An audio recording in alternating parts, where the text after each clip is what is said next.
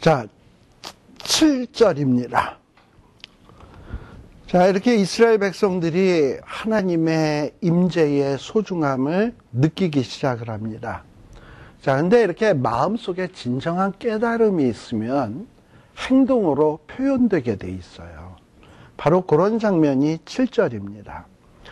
지금 모세가 여기 보면 장막을 취해서 진 밖에 쳤다 그랬는데, 이 장막은 뭐냐 하면 하나님과 만남의 장소인데요. 지금 이스라엘 백성들은 하나님 앞에 범죄했기 때문에 하나님이 이스라엘 진 가운데 들어오면 이스라엘 진은 몰살당해. 그래서 하나님이 모세와 만나기 위해서 진 바깥에다가 별도의 장막을 만들어서 하나님과 모세만 만나는 이 특별 처소가 있는 거예요. 요게 그 장막입니다. 자, 그런데 그 장막을 진 밖에다가 딱 쳤는데 그것의 이름이 뭐냐 하면 회막이에요. 여기 이름이 두 가지가 나오죠. 하나는 장막, 하나는 회막. 우리가 나중에 성막 나올 때 이것이 다 성막에 사용되는 칭호입니다. 보통 우리 성막을 장막 혹은 회막이라고 얘기를 하는데, 장막은 어떤 차원에서의 얘기냐면 예배드리는 장소, 하나님을 만나는 예배드리는 장소를 의미할 때는 장막이고요. 또 하나님과의 만남의 장소, 그러니까 예배가 목적이 아닌 어떤 교제, 만남의 장소일 때는 회막이라고 써요. 우리가 회자를 모일회 이런 글을 쓰잖아요. 그럴 때는 회막이라고 얘기를 합니다. 그러나 둘 다 이게 별도의 장소가 아니라 같은 장소를 예배라는 차원에다가 의미를 둘 때는 장막이라고 일컫고, 만남의 장소라는 데 의미를 둘 때는 회막이라고 일컫는다라는 것을 기억해 두시면 될 것 같아요. 자, 그런데 이렇게 모세가 하나님을 만나러 이렇게 회막으로 나아가곤 하거든요. 진 밖에 있는. 그렇다 보니까는 이 이스라엘 백성들, 단장품을 제했던 이스라엘 백성들이 이 모세를 부러워하는 거야. 모세는 저렇게 하나님을 만날 수 있는데 우리는 하나님을 못 만나는구나. 이러면서 이 모세가 하나님을 만나러 나아갈 때 이 여호와를 사모하는, 앙모하는 이런 자들은 모세가 진밭에 나가면 줄줄줄줄줄줄 따라 나가. 그리고 감히 이 장막 있는 데까지는 못 가고 모세가 장막 갈 때까지 한없이 그저 바라만 봐. 그러고서는 바라보는 거예요. 그리고 이 모세가 이 회막에 딱 가서 도착을 해서 회막 안으로 딱 들어갈 때는 백성들이 그것을 멀리서 지켜보면서 다 자리에서 일어나서 이 자기들 그 텐트에 서가지고 모세가 회막에 들어갈 때까지 바라보다가 이 회막문에 딱 들어갈 때 구름 기둥이 확, 하나님의 임재의 상징으로 확 구름 기둥이 내려오거든요. 그러면 그 장막을 향하여 엎드려서 경배의 모습을 보이는 거예요. 하나님이 저기 임재했다 이러고서는 이런 경배의 모습을 보여요. 자, 그런데 하나님은 이 장막에서 모세와 어떻게 교제를 가지시냐. 11절. 사람이 그 친구와 이야기함같이 여호와께서는 모세와 대면하여 말씀하시며 라고 되어 있습니다. 보통 하나님과 친구 사이였던 사람이 누가 또 있냐면 아브라함이 있어요. 근데 아브라함이 하나님과의 관계를 일컬을 때 그 사용되는 우리 한국말의 적절한 단어는 뭐냐면 벗이라는 말이에요. 벗. 그런데 지금 이 모세가 하나님과의 관계를 일컬을 때는 지금 우리말 성경에는 친구라고 되어 있습니다만, 사실 요거는 친구라기보다는 어떤 말로 바꿔 쓰는 게 더 맞는 말이냐면 동료. 어떤 같은 일을 하는 이런 동료들 있잖아요. 그런 차원이에요. 그러니까 아브라함하고 저기 그 하나님 사이가 더 가까운 사이냐, 모세하고 하나님 사이가 더 가까운 사이냐 한다면, 어떤 아브라함하고 하나님 사이는 그야말로 친밀한 가족 관계고, 모세와 하나님과의 관계는 무슨 이런 업무상 만나는 동료의 관계 같은, 그리고 어떤 주종, 하나는 상사, 하나는 부하. 그것도 보통 우리가 동료 직원이라 그러잖아요. 그런 어떤 관계예요. 그것은 마치 뭐와 비슷하냐 하면은 율법 하에서는 좀 뭔가 하나님과의 관계가 딱딱한 관계야. 그러나 아브라함은 우리의 믿음의 조상 아닙니까? 믿음 안에서는 하나님과의 우리의 관계가 뭐냐? 아버지와 자녀와의 관계가 되는 거예요. 그래서 어떻게 보면 어쨌든 근데 사람들은 이렇게 모세와 하나님이 이야기하는 것이 마치 동료와 이야기함 같이 이렇게 대면하면서 말을 하니까 그것도 너무 부러운 거야. 그래가지고 그 앞에서 부러워하면서 경배하고 이런 모습을 보이는 거예요. 즉 이런 모습이 다 뭐냐?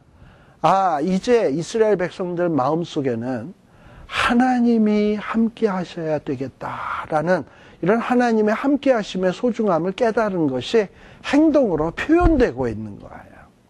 이런 행동을 보신 하나님께서 이제는 이스라엘 백성들과 함께 해야 되겠다라고 생각을 하시게 되는 겁니다. 그래서 14절에 말씀이 나오는 거예요. 자, 이렇게 이스라엘 백성들이 하나님이 함께 해야 되겠다라는 생각을 하고 단장품 제했죠. 그리고 그런 하나님 사모하는 마음을 모세가 회막으로 나아갈 때 부러워하면서 앙모했지요. 또 회막에 들어갈 때 구름 기둥이 내려올 때 그 앞에서 경배하지요. 또 모세와 하나님 사이가 친구처럼 대면하는 것을 부러워하지요. 이런 백성들의 마음을 하나님은 꿰뚫어 보시고, 사람은 외모를 보거니와 하나님은 마음의 중심을 보시잖아. 그러니까 이런 백성들의 마음을 꿰뚫어 보시고, 자, 이제 됐어. 너희들의 마음이 그만하면. 자, 그렇기 때문에 14절 말씀을 하는 거야. 이제는 내가 함께 안 가는 게 아니라 친히 갈게. 내가 친히 갈게. 그리고 모세, 내가 이전에 함께 안 간다 그래서 네 마음을 참 불편하게 했던 것 같은데 이제 네 마음을 편하게 해줄 거다. 그리고 또 편하게 해준다라는 의미는 뭐냐 하면 그동안에는 모세가 북치고 장구치고 혼자서 모든 일을 다 하는 셈 아니었습니까?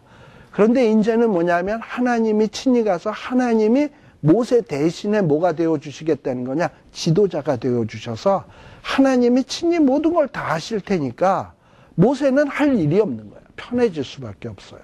지금 그러고 있는 거예요. 자, 그런데 요 말이 나오게 된 배경이 뭐냐면 12절과 13절이에요.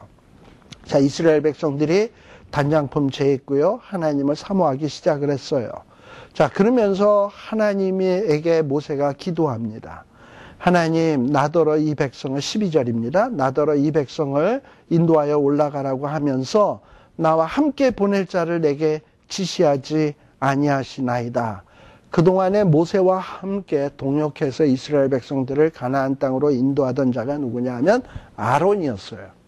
그런데 지금 이 아론은 금송아지 사건을 통해서 그야말로 자격을 상실해버린 거예요. 자, 그러면 이 자격을 상실해버린 이 아론의 뒤를 누가 잇게 되냐?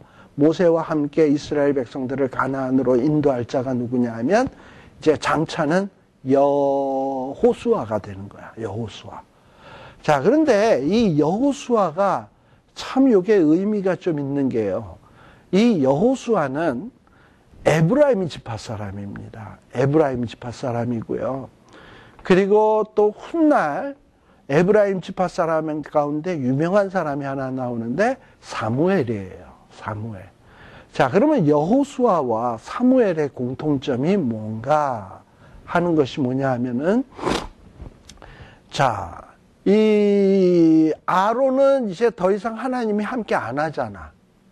그리고 이제 하나님이 누구와 함께 하실 거냐면 여호수아와 함께 할 것이에요. 근데 사무엘 시대에는 엘리 제사장이라고 있었죠. 이 사람은 결국 누구의 후손이겠습니까? 아론의 후손이겠지. 레위 지파니까 제사장일 거 아니야.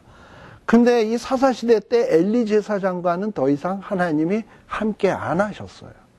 그리고 대신에 누구와 함께 하시냐 하면 에브라임 지파 사람인 사무엘과 함께 하셨어요. 에브라임 지파인데 참 그런 어떤 묘한 이런 모습이 좀 있습니다. 그래서 이스라엘 백성들 가운데서 보통 우리 가장 힘이 강하고 강력한 지파를 가리켜서 빅들이라고 얘기하거든요. 빅들이 12지파 가운데 빅들이에 해당되는 지파가 어디냐 하면 첫 번째는 다윗의 조상인 유다 지파. 이게 첫 번째 강한 지파고, 그 다음에 강한 지파가 뭐냐면 에브라임 지파. 지금 이 여호수아의 조상, 사무엘의 조상, 에브라임 지파. 그 다음에 이제 좀 강력한 지파가 있었다면 누구냐면 므낫세 지파.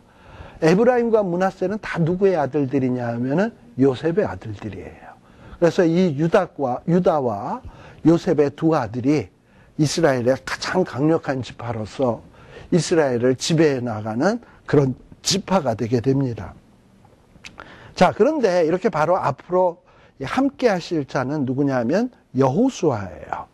자, 그런데 나한테 이걸 지시하지 않았는데 이건 뭐 어떡합니까? 내가 가나안에 올라가야 되는데, 뭐 하나님이 뭐 나를 이름으로 알고 내 이름으로 나를 알고 뭐 나한테 은총을 입었다고 하는데 말로만 뭐 그렇게 하시면 되겠습니까?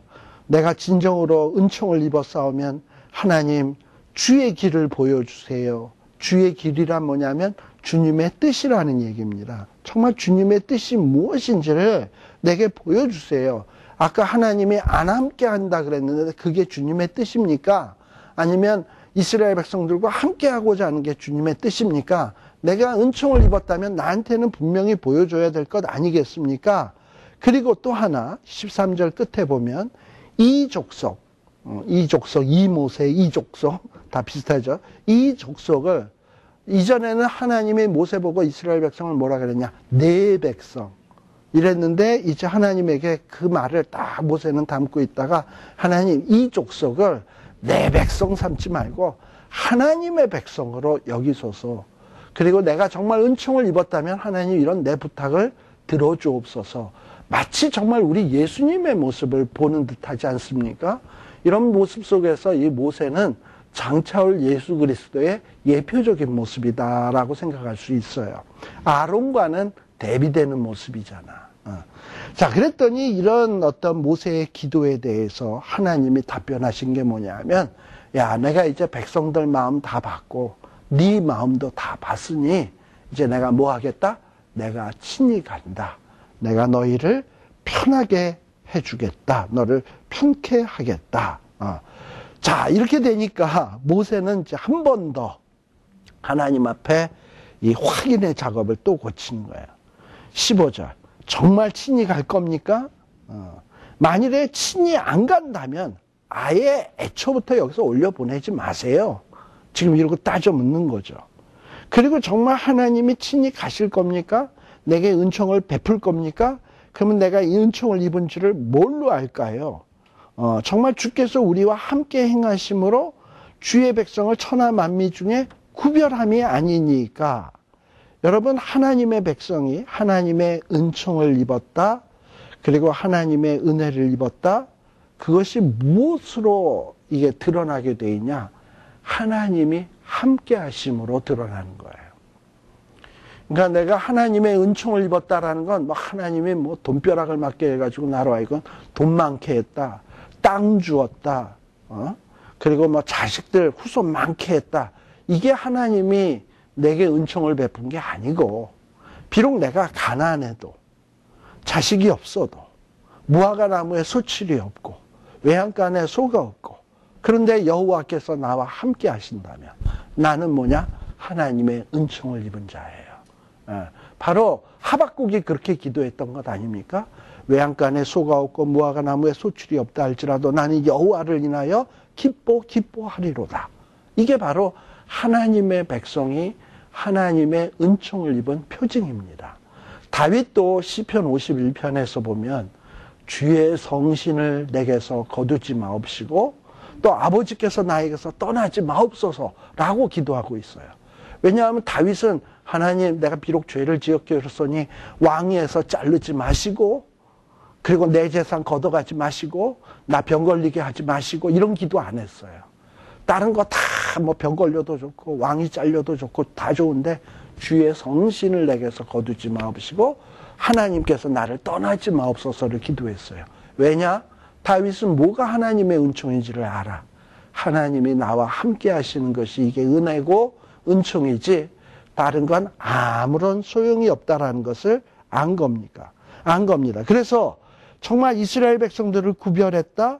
하나님이 은총을 베푸셨다. 그건 무엇로 알 수 있냐? 16절에 보면 주께서 우리와 함께 행하심으로. 아시겠습니까? 하나님이 우리를 구별했다라는 게 뭘로 알 수 있느냐? 하나님 앞에 우리가 은총을 입었다라는 건 무엇으로 알 수 있는가? 하나님이 주께서 우리와 함께 행하심. 이걸 보고 뭐라 그래? 임마누엘. 하나님이 우리와 함께 행하시는 것. 이것이 하나님이 하나님의 백성을 구별한 표징입니다. 자, 그랬더니 하나님께서 모세에게 뭐라고 얘기하십니까? 너의 말하는 이 일이 뭡니까? 임마누엘하는 거. 이 일을 뭐 하겠다? 하나님이 하겠다. 하나님이 이 일을 하십니까? 안 하십니까? 나중에 우리 예수 그리스도를 보내서 가브리엘 천사를 통해서 이제 한 아이가 태어날 텐데 그 아이의 이름을 뭐라 하라? 임마누엘이라 하라. 또 이사야 7장 14절에 보면은 보라 처녀가 잉태하여 아들을 낳으리니 그 이름을 임마누엘이라 하리라. 그래서 하나님은 이미 이 임마누엘 하겠다라는 약속을 누구와 벌써 했냐? 모세와 했고요. 그리고 그것을 이사야와 했고요. 그것을 성취하기 위해서 예수님이 오시게 되는 거예요. 예. 그래서 이렇게 네가 은총을 입었고 내가 네 이름으로도 너를 알기 때문에 이렇게 은혜를 베푸는 거다라고 얘기하는 거예요. 자, 그러면서 모세가 뭐라고 얘기하는가? 주의 영광을 내게 보이소서.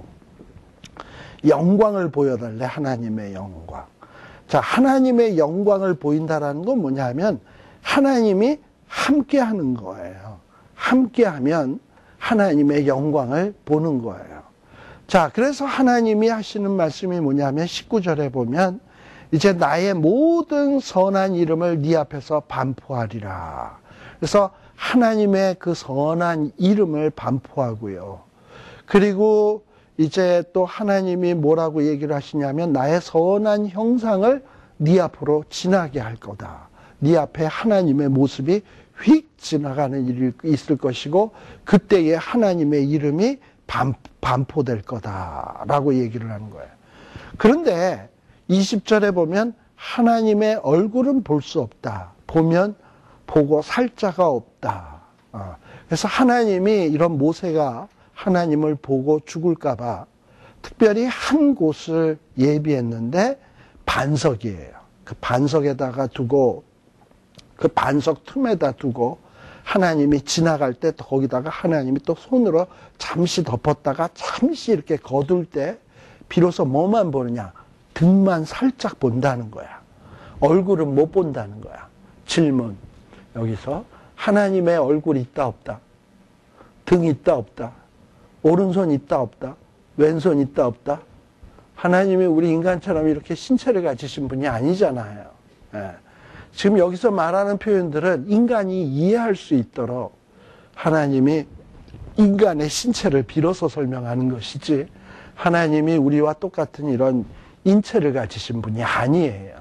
근데 여기서 하나님의 등을 본다라는 건 뭐냐 하면 하나님이 지나가고 난 다음에 이루어지는 어떤 이런 것들을 볼 때에 하나님의 영광이 드러난다는 거야. 그러니까 하나님이 어떤 역사를 탁 하시고 나면 그 남는 그 역사들이 너무나도 영광스러운 것이 되는 거예요.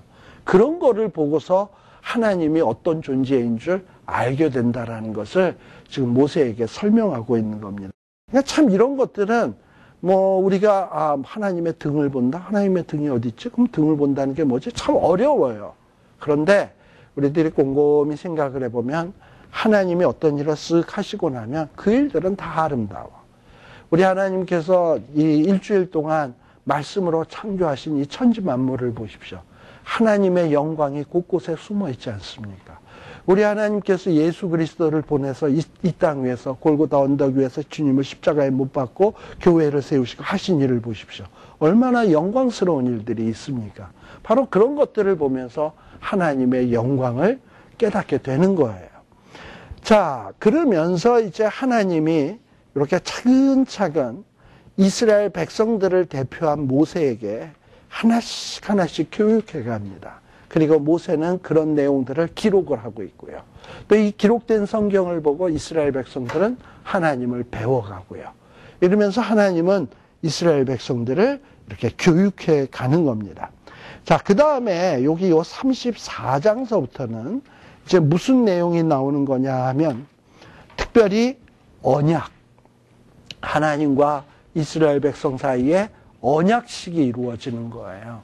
우리 이전에 곤경, 구원, 언약, 임재 이렇게 4개로 되어 있다 그랬잖아요.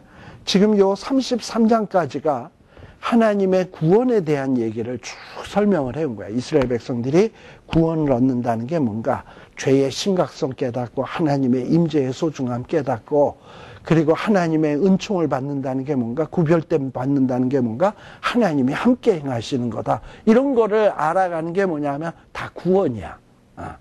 자, 그런데 이제 34장에서는 이제 하나님과 이스라엘 백성 사이에 이 갈등의 관계가 이제 끝난 거예요. 하나님과 이스라엘 백성들은 이제 함께하는 관계로 맺어지게 된 거야. 자, 그러면 이제 다시금 언약식을 해야 돼. 그 언약식을 하기 위해서 뭘 하느냐? 계약서를 작성을 해야 될 거 아니에요. 이전에 하나님이 이스라엘 백성들이 언약의 백성임을 보여주기 위해서 주셨던 게 뭐냐 하면 돌비였거든요. 근데 이스라엘 백성들이 그걸 어겨서 그게 깨졌잖아. 그래서 하나님은 다시 이스라엘 백성들이 언약의 백성이고 하나님은 언약의 하나님임을 보여주기 위해서 다시금 돌비를 만들겠다고 모세 보고 돌비를 준비하라고 하십니다.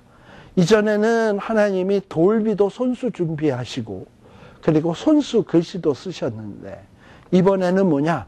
이번에는 돌비는 누가 준비해야 되냐? 모세가. 왜냐? 모세가 깨뜨렸잖아. 그래서 모세가 준비를 해야 돼. 모세가 준비를 하고, 그러나 쓰는 건 누가 쓰느냐? 하나님이 쓰시겠다는 거예요.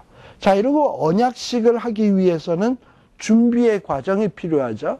과거에도 우리가 십계명 받을 때 이스라엘 백성들에게 3일 동안 너희를 정결케 하고 여인을 가까이 하지 말며 하나님이 나팔 불기 전에 접근하지 말고 나팔 불 때야 비로소 임해야 한다. 이러고선 준비를 시켰잖아. 그것처럼 지금 요 출애굽기 요 34장 2절서부터 보게 되면 아침 전에 예비하고 아침에 시내산에 올라와 산꼭대기에서 내게 오르되 아무도 너와 함께 오르지 말고 그 다음에 인적을 금하고 양도 소도 산 앞에서 먹지 못하게 하고 돌판을 준비해가지고 깎아 만들고 아침엔 나에게 와라. 이런 어떤 과정이 마치 좀 비슷해요. 앞의 과정하고. 이러면서 하나님과 이스라엘 백성 사이에 이 언약의 관계를 맺게 되는 겁니다. 자, 그런데 34장 5절에 보게 되면 이제 모세가 산 위로 딱 올라가니까 하나님이 구름 가운데 딱 임재하시면서 약속했던 대로 하나님의 이름을 반포하시기 시작을 합니다. 출애굽기에 보면 우리 앞에서도 이 모세가 하나님을 만났을 때 호렙산에서 하나님, 내가 이스라엘 백성들에게 갔을 때 이스라엘 백성들에게 뭐라고 하오리까? 이랬더니 나는 스스로 있는 자니라 이렇게 얘기하라 그랬잖아요. 그러면서 자기가 하나님이 어떤 하나님이신가를 모세에게 보여주셨어요. 스스로 있는 자라가 뭐라 그랬죠? 하나님은 영광 받으시기에 합당한 자인데 나는 그렇게 되고야 말겠다 라는 그런 의미라 그랬죠. 자, 그것처럼 지금 하나님께서는 모세에게 또 한 가지 중요한 교훈을 가르치십니다. 이전에는 하나님은 어떤 분이 되겠다? 나는 이스라엘 백성들의 입을 통해서 영광을 받으시기에 합당한 자인데 꼭 그 일을 이루고야 말겠다 하는 것을 하나님이 약속하셨는데요. 지금은 하나님이 뭐라고 약속을 하시냐? 하나님은 여호와다, 여호와다, 여호와다. 6절에 나오는 게 그거죠. 여호와로라, 여호와로라, 여호와로라. 자, 여호와라는 이름의 약속이 뭐라고요? 이름의 뜻이 뭐라고요? 약속 지키는 하나님. 그러니까 하나님은 약속했으면 반드시 지킨다라는 거예요. 자, 그래서 이 약속을 지키기 위해서 하나님이 가지시는 품성이 뭐냐? 자비, 은혜, 노하기를 더디하시고 인자와 진실이 많은 하나님. 자, 이전에는 뭔가 이스라엘 백성들에게 죄를 지으면 3,000명을 도륙하고 금송아지 주스를 마시고 이런 무시무시한 하나님의 모습을 보이셨지만 이제 하나님이 약속을 이루는 과정 속에서 뭘 보여주실 거냐? 여호와 하나님 반드시 약속 지키고 하나님의 자비, 노하기 더디하심, 인자, 진실로서 그들에게 이 약속을 이루시겠다는 거예요. 결국 이 약속을 이루게 된 결정적인 사건이 뭐냐? 십자가의 사건이야. 하나님이 오래 참고 기다리셔서 십자가를 준비하셔서 그 앞에 회개하고 돌아오기를 기다리는 거예요. 그리고 그 십자가의 사건을 통해서 뭘 이루시냐? 약속한 걸 이루셨잖아. 임마누엘. 그래서 하나님은 그 약속을 이루시는 거예요. 자, 이렇게 하나님의 인자는요, 천대까지 가요. 그런데 악과 이 형벌받을 아비의 악은 몇 대까지 간다? 3, 4대까지 간다라는 거예요. 아니, 에스겔서 같은 데는 이런 거 있어요. 에스겔서에 보면 아니, 아버지가 신포도를 먹었다고 아이의 이가 시겠느냐? 그러면서 뭐 죄를 아비가 졌는데 그 죄값을 아들이 받는다? 그런 일 없다라고 에스겔은 가르치거든요. 그런데 지금 여기 있는 말씀 같은 경우에 보면 아비의 악이 3, 4대까지 간다라는 얘기를 하네요. 반면에 어떤 이 하나님의 인자는 어떻다고요? 1000대까지 간다라고 얘기를 하고 있고요. 이건 도대체 에스겔서에 나오는 얘기와 우리가 어떻게 조화를 시켜야 되는가 하는 거예요. 사실요, 어떤 아비가 죄를 지었다고 그 죄값을 아들에게 돌리는 일은 없습니다. 이 죄는 각자가 하나님 앞에 심판받게 돼 있는 거예요. 근데 아비의 악이 3대까지 간다라는 건 어떤 차원의 얘기냐 하면 우리가 부모가 몸을 함부로 굴려가지고 무슨 뭐 마약이나 또는 에이즈나 이런 어떤 그 몹쓸 어떤 유전적 질병, 에이즈 이런 것들에 걸리게 되면 자녀들도 굉장히 그 이상한 애들이 나올 수 있잖아요. 이런 것이 뭐냐 하면 부모가 가진 어떤 그 악함의 그 잔재가 유전적으로 한 3, 4대까지 전달되는 이런 것들을 얘기하는 거예요. 그렇다고 영적인 어떤 죄악이 아비의 죄악이 그 죄값을 자녀에게 묻는다라는 얘기가 아닙니다.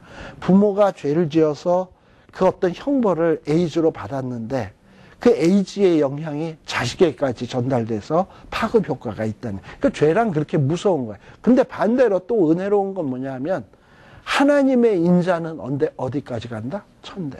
그러니까 회개하면 3, 4대까지 이룰 수 있는 악이 어떻게 된다? 1000대로 가니까 그걸 다 상쇄하고도 남음이 있죠. 그러니까 우리들이 어떤 죄를 지어서 어떤 형벌이 있다고 한다면, 형벌 받을 일이 있다면 우리가 뭘 구해야 되냐? 하나님, 이제 하나님의 인자 외에는 내가 살 길이 없나이다. 3, 4대까지 갈 일이 해결될 수 있는 방법은 하나님의 인자를 내게 베푸시는 길밖에 없나이다 하고 기도하는 거예요. 그래서 하나님의 인자가 임하시게 되면 그야말로 이 모든 문제가 해결되게 되는 것이다 라는 것을 기억하십시오. 자, 그러면서 이제 이 하나님과의 이 본격적인 언약의 내용들에 대한 설명이 10절서부터 나와요. 그래서 우리 그 언약의 내용도 이전에 보면 십계명이 있었고 또 21장, 22장, 23장에 보면 여러 언약의 법들 나왔잖아요.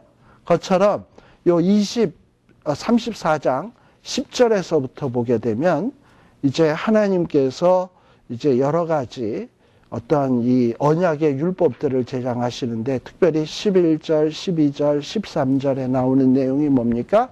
십계명의 제1계명의 내용 같은 것을 다시 한번 반복하고 있잖아.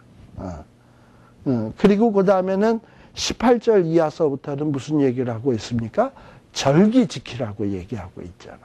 그러면서 이 언약을 맺는 내용들이 그 다음에 본격적으로 전개되기 시작합니다. 이 부분에 대해서는 우리 다음 시간에 우리 또 마저 살피도록 할게요. 오늘 진도를 너무 많이 나가버리면 다음에 오시는 분들도 생소할 것 같아가지고 여기까지만 하겠습니다. 기도하겠습니다. 하나님 아버지 감사합니다. 참 우리의 인생의 과정 속에서 우리도 여러 가지 일들을 많이 만나는데 그런 과정을 통해서 죄의 심각성, 죄의 무서움, 하나님의 임재의 소중함 이런 것들을 하나씩 하나씩 배워가게 하여 주시고 우리의 이 구원을 좀 더 완성시켜갈 수 있는 저희들 되게 하여 주시옵소서.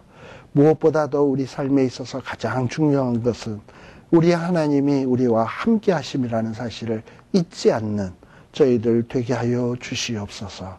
그리하여 정말 하나님이 우리와 함께 하실 때 그 축복이 얼마나 복된 것이며 귀한 것인지 우리 삶을 통해서 깊이 깊이 뼈저리게 체험할 수 있는 저희들 되게 하여 주옵소서. 예수님 이름으로 기도드리옵나이다. 아멘. 마치겠습니다.